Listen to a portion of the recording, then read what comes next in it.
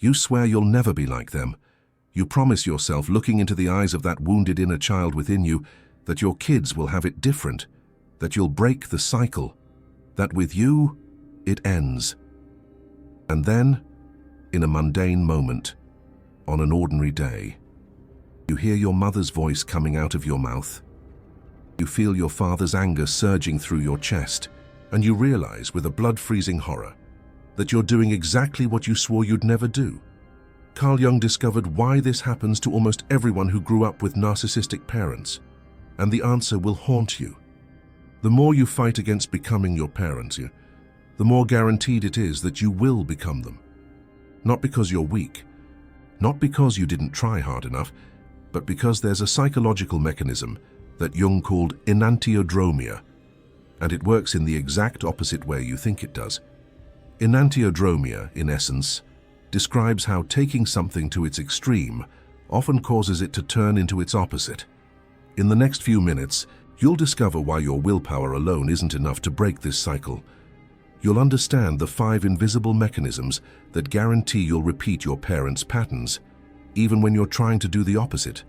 And more importantly, you'll learn the only way that really works to interrupt this generational transmission of trauma. Because if you're watching this now, you've probably already caught yourself acting like your parents and been horrified. You've heard their words coming out of your mouth. You've felt that devastating guilt of realizing you're doing to someone what was done to you. And you've probably asked yourself, am I doomed to repeat this forever? The answer is no. But the path to liberation involves understanding something almost no one tells you. Jung spent decades studying why people become exactly what they hate most. He observed thousands of patients who swore they'd be different from their parents, who consciously fought against family patterns, who went to therapy, read books, practiced techniques, and yet, when they looked in the mirror in middle age, they saw their parents' faces staring back. It wasn't coincidence. It was a psychological law, as predictable as gravity. Jung discovered that the human psyche operates through opposites, light and shadow, conscious and unconscious, persona and what lies beneath it. And here's the problem. When you consciously decide you'll never be like your parents, you're just pushing those patterns into the shadow. They don't disappear. They get stronger in the dark. And the more you consciously reject them, the more power they gain unconsciously. Let me tell you about a woman named Ashley. She was 42 when she finally understood what was happening. She grew up with a narcissistic mother who controlled every aspect of her life. Her mother chose her clothes, her friends, her career, criticized every decision Ashley made destructive comments disguised as concern, was never satisfied, no matter what Ashley achieved. At 18, Ashley swore she'd be different. She got married and had a daughter, promising she'd never do to her what her mother did. And for the first few years, she seemed to be succeeding. She let her daughter choose her own clothes, didn't criticize her decisions, tried to be the perfect mother she never had. But something strange started happening when her daughter reached adolescence. Ashley began to feel an inexplicable irritation when her daughter made decisions different from the ones she would make. Started making suggestions that seemed subtle but were loaded with judgment. Began to feel an almost physical need to control, even knowing rationally that she shouldn't. And then came the moment that shattered everything. Her 15-year-old daughter wanted to go to a party with friends. Ashley said no. Her daughter asked why. And before she could control herself, Ashley heard her own voice saying the exact words her mother used to say. "Because I know what's best for you. You'll thank me later." In that instant, she saw the same look in her daughter's eyes that she herself had at 15 when she looked at her mother. And she realized, with devastating horror, that she had become exactly what she swore she'd never be. Ashley cried for 3 days. She couldn't understand how this had happened. She had done everything right. She had promised to be different, had consciously fought against those patterns for more than 20 years. And yet, here she was, repeating the cycle. What Ashley didn't know is that her strategy was doomed from the start. Jung explained why. When you define your identity in opposition to something, you're permanently linked to that something. When you say, "I'll never be like my mother," you're creating an entire persona based on not being her, and that persona needs your mother to exist. You're not free from her. You're imprisoned in the denial of her. Worse still, the shadow always contains the opposite of the persona. If your persona is, "I am the opposite of my mother," your shadow inevitably contains, "I am exactly like my mother." And the shadow doesn't disappear because you don't look at it. It grows, gains strength, and eventually erupts. Jung called this phenomenon enantiodromia. It's a Greek word that means running into its opposite. It's the tendency of all things to turn into their opposites when they are taken to the extreme. The more you push something to one side, the more pressure builds up on the other side, and eventually, the pressure wins. It works like this in the psyche. The more consciously you try to be the opposite of your parents, the more unconsciously you become like them. The energy you use to not be like them is the same energy that fuels their complex inside you. And here's the most disturbing part. The parental complex isn't something you developed. It's something that was installed in you, before you even had language to understand it. Jung discovered that in the first 7 years of life. A child lives in a state of mystical participation with their parents. This means that they can't distinguish where they end and where their parents begin. They absorb everything: their fears, their beliefs, their behavior patterns, their unhealed wounds, their unintegrated complexes. They absorb them as if they were their own. So when you say, "I'll never be like my mother," you're trying to reject something that's already inside you. It's not an external influence that you can avoid. It's part of your own psyche. Trying not to be like your parents is like trying not to have your own liver. You can pretend it doesn't exist, but it's still there, functioning, influencing everything. But hold on, because now comes the part that changes everything. Jung didn't just discover the problem, he discovered the solution.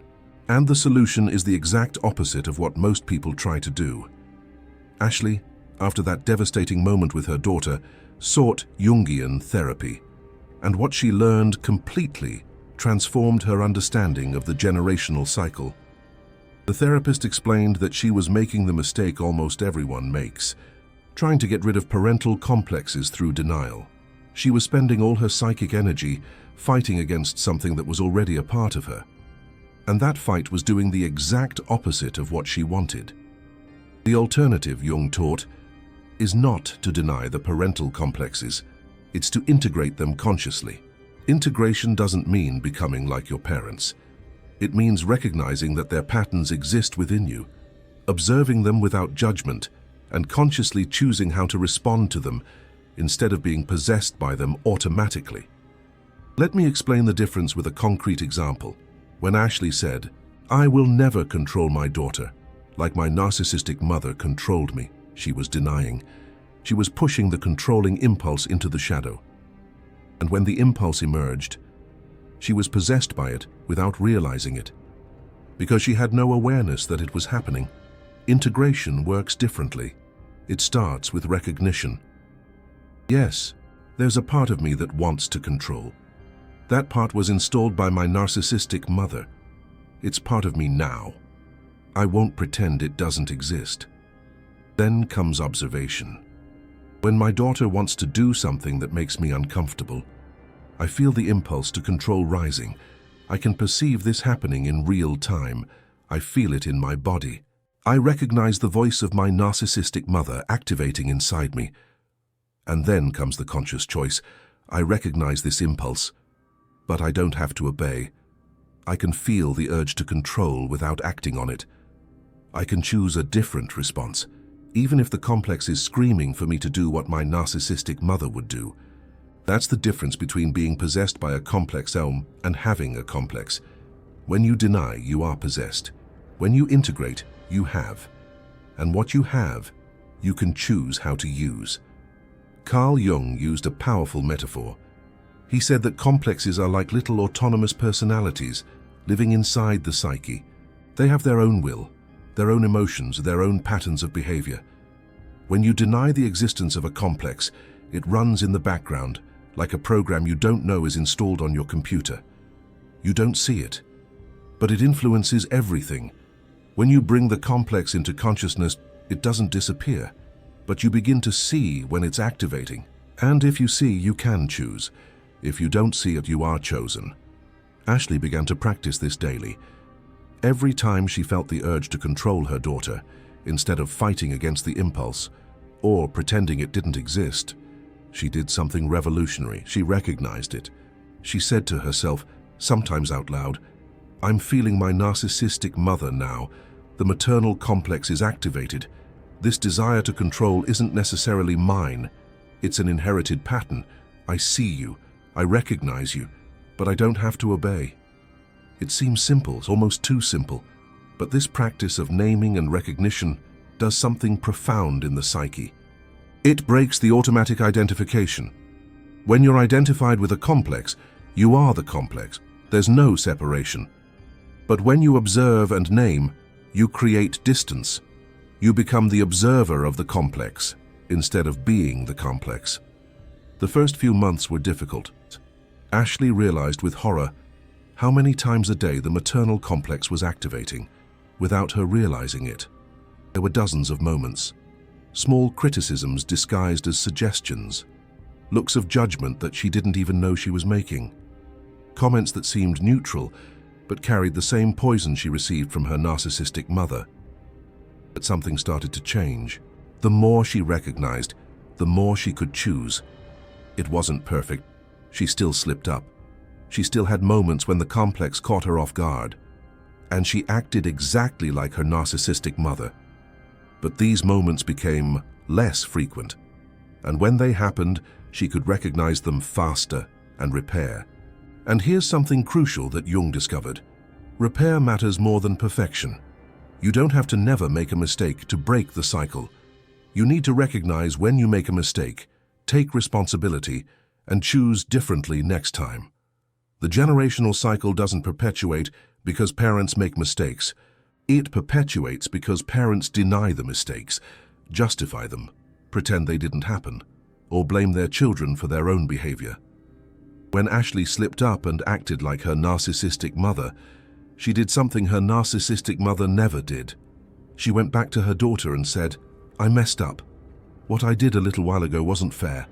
I recognize that I was acting from an old pattern that I don't want to pass on to you. I'm sorry." This simple act of repair did more to break the cycle than years of trying to be perfect, because it showed her daughter that mistakes can be recognized and corrected, that responsibility can be assumed, that relationships can recover from ruptures, and that was exactly the opposite of what Ashley had experienced. Her narcissistic mother never admitted a mistake, never apologized, never recognized the impact of her own behavior. The cycle perpetuated precisely because it was invisible, denied, buried under layers of justification and blame. But remember this about repair, because we'll come back to this crucial point later. Now let me show you the 5 specific mechanisms that guarantee the repetition of the cycle when you're not conscious of them. The first mechanism is unconscious identification. In the first years of life that you don't learn the behaviors of your parents, you become the behaviors of your parents. The difference is crucial. Learning is external. You can unlearn. Becoming is internal. It's part of who you are. Jung observed that young children imitate their parents, not only in visible behaviors, but in invisible emotional patterns. If your mother had a fear of abandonment, you absorbed that fear before you had words for it. If your father had repressed rage, you absorbed that rage as if it were your own. You didn't choose it. It happened automatically, through mystical participation. So when you try not to be like your parents in adult life, you're trying to separate yourself from something that merged with you before you had the capacity to distinguish. It's like trying to take the salt out after it's dissolved in the water. Separation is possible, but it requires a very different process than simply deciding you don't want the salt anymore. The second mechanism is the autonomous complex. Jung discovered that parental patterns don't just stay in memory, they organize themselves into semi-independent psychic structures that he called complexes. A complex has its own emotions, its own thoughts, its own patterns of behavior, and it can be triggered by specific triggers without you even realizing it. Think of it this way: you're calm or resented, being the parent you want to be. Suddenly, your child does something specific. It could be a tone of voice, a facial expression, an attitude, and instantly, without any conscious transition, you're reacting exactly as your father or your mother would react. This isn't a character flaw. It's a complex being activated. The trigger fired off a program that runs automatically. And as long as you're identified with the complex, as long as you're inside it instead of observing it, you have no choice. You are reacted to by the complex. The third mechanism is reactive formation. This is perhaps the most treacherous. When you consciously decide to be the opposite of your parents, you create what psychology calls a reactive formation. It's when you develop a conscious behavior exactly opposed to the unconscious impulse. For example, if your mother was cold and distant, you might consciously become excessively warm and present. If your father was explosive, you might consciously repress all expression of anger. It seems healthy. It seems like you've escaped the pattern. But reactive formation has a fatal flaw. It's unstable. It requires constant energy to maintain. And when you're tired, stressed, or emotionally overwhelmed, the energy runs out. And when the energy runs out, the opposite erupts with doubled force. That's why excessively gentle people can have devastating outbursts of anger. Why overly permissive parents can suddenly become tyrannical. Why people who swear they'll never be like their parents can, in moments of vulnerability, become exactly like them. Reactive formation doesn't resolve the complex. It just masks it temporarily while accumulating pressure. The fourth mechanism is shadow projection. Carl Jung discovered that everything we deny in ourselves, we project onto others. If you deny the narcissism you inherited from your parents, you'll see it everywhere, except in yourself. This creates a specific problem in parenting. You can project the parental shadow onto your own children. When your child does something that activates the parental complex, instead of recognizing that the complex is yours, you project. You see your child's behavior as the problem, not your reaction to it. That's how parents justify abusive treatment. They don't see themselves. They see only the projection. If I acted like that when I was a kid, my parents would have done worse. My child needs to learn. I'm doing this for their own good. These are all rationalizations that hide the shadow projection. The fifth mechanism is the compulsion to repeat. Freud was the first to notice it, but Jung expanded on it. There's something in the human psyche that seeks to repeat unresolved situations. It's as if the unconscious is trying to solve the problem by recreating the conditions of it. People who were abused often find themselves in abusive relationships, not because they want to suffer, but because the unconscious is trying to process the original trauma. Children of narcissists often marry narcissists for the same reason. And in parenting, the compulsion to repeat manifests like this. You recreate with your children the dynamics you experienced with your parents, not because you want to hurt them, but because your unconscious is trying to resolve what wasn't resolved in your own childhood. The problem is that recreating the trauma doesn't resolve it. It only perpetuates it. These 5 mechanisms work together, reinforcing each other. And that's why willpower alone doesn't work. You're fighting against deep psychic structures with the weakest tool available, conscious decision. But don't worry, because Jung didn't leave us without a way out. There's a path that really works. And it goes through 4 steps that I'm going to teach you now. The first step is radical acknowledgement, not intellectual acknowledgement, visceral acknowledgement. It's looking at yourself with brutal honesty and admitting, yeah, the patterns of my parents exist within me. Yes, I have the potential to do with my children what they did with me. Yes, sometimes I already have. This acknowledgement is painful. Most people prefer the illusion that they're completely different from their parents. It's more comfortable. But it's precisely this illusion that keeps the cycle running. As long as you believe that you're fundamentally different, you won't watch out for the blind spots. And it's exactly in the blind spots that the complexes operate. Ashley needed to go through this acknowledgement. She needed to admit that she wasn't just a victim of her narcissistic mother. She was also a carrier of her mother's narcissistic patterns. Not because she wanted to be, not because she chose to be, but because that's how generational transmission works. Radical acknowledgement isn't guilt. Guilt paralyzes. Acknowledgement liberates. You're not guilty for having inherited your parents' complexes. You had no choice at that moment, but now you do. And the choice starts with seeing clearly what's inside you. The second step is real-time observation. After acknowledging that the patterns exist, you need to learn to see them when they're activating. This requires a skill that Jung called the internal witness, the ability to observe your own mental and emotional processes while they're happening. In practice, it works like this. You're interacting with your child. Something happens that activates the parental complex. Instead of reacting automatically, you pause, you recognize. The complex is activating now. I feel it in my body. I feel the anger rising, or the need to control, or the urge to criticize. This isn't necessarily me. It's an inherited pattern asking to be obeyed. This pause changes everything. Not because it eliminates the impulse will still be there, but because it creates space between the stimulus and the response.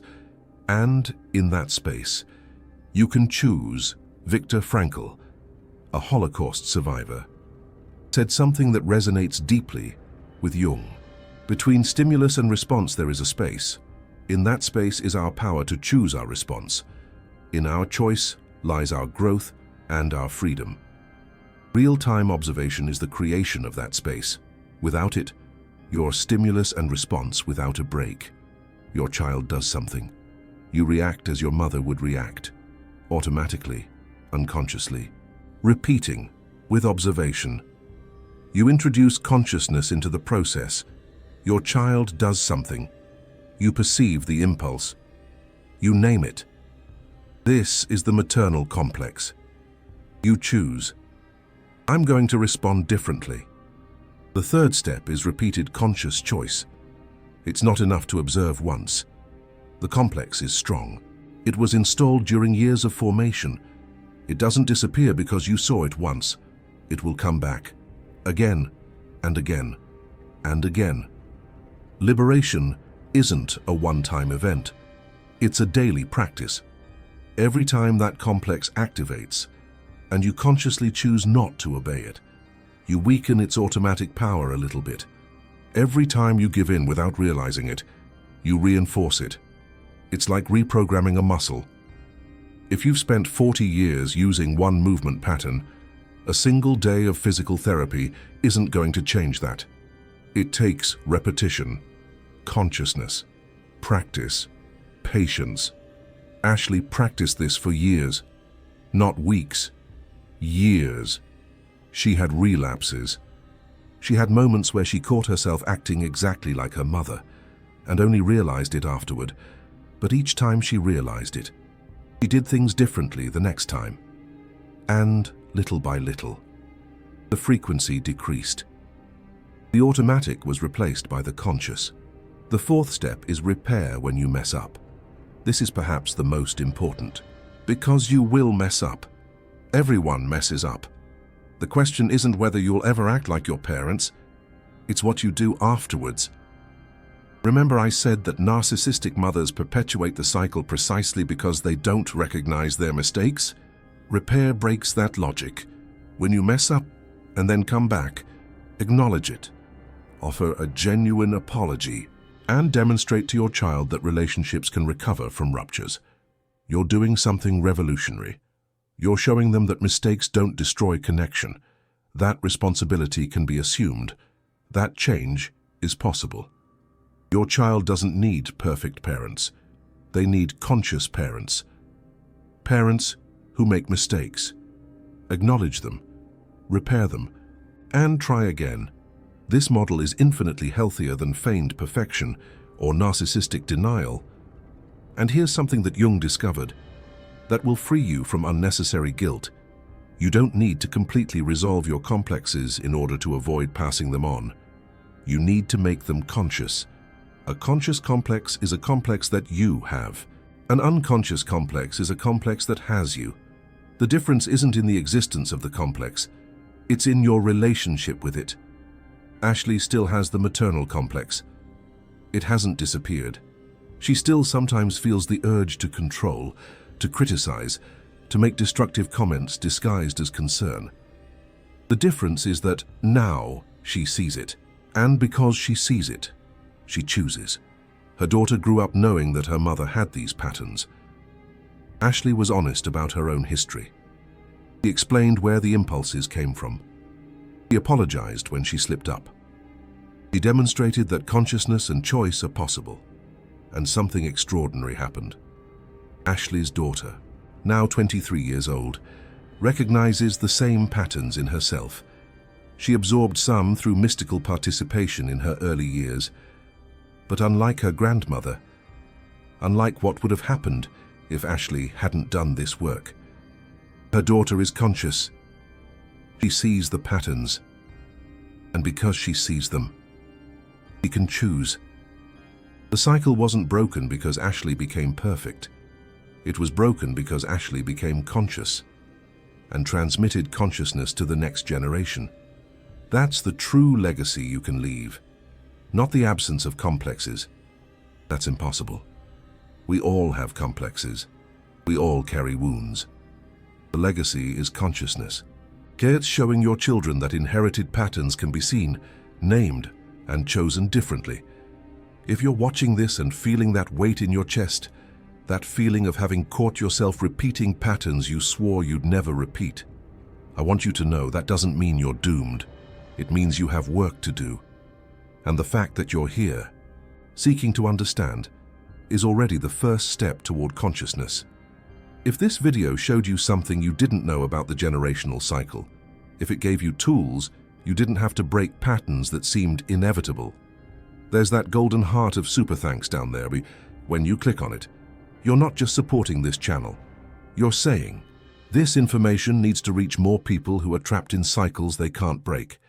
Each super thanks allows me to continue bringing deep content about Jungian psychology and family narcissism.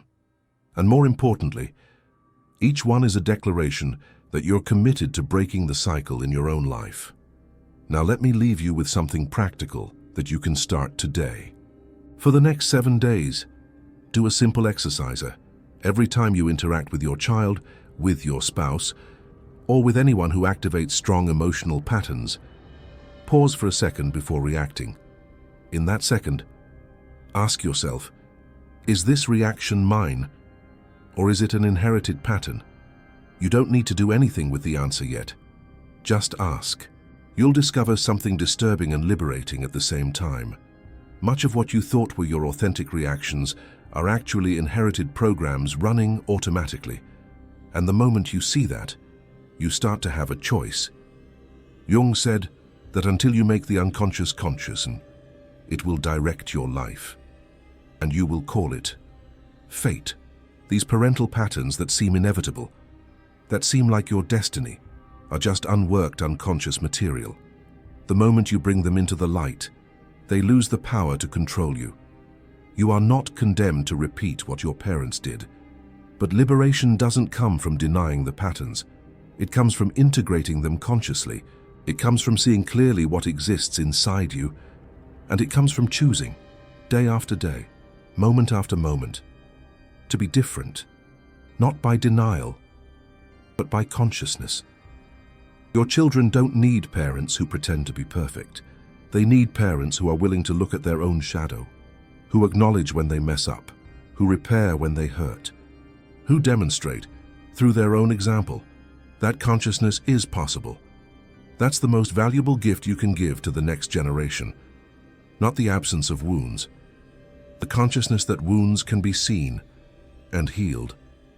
If you recognized patterns from your parents in yourself while watching this video, comment down below. What was the specific moment when you realized you were repeating something you swore you'd never do? Or write breaking the cycle if you are committed to not passing this trauma on. I read all the comments, and each shared story helps others realize they're not alone in this struggle. The cycle can end with you, but it ends through consciousness, not through denial. Through integration, not through rejection, through repeated choice, not through a single act of willpower. Jung showed us the way. Now it's up to each of us to walk it.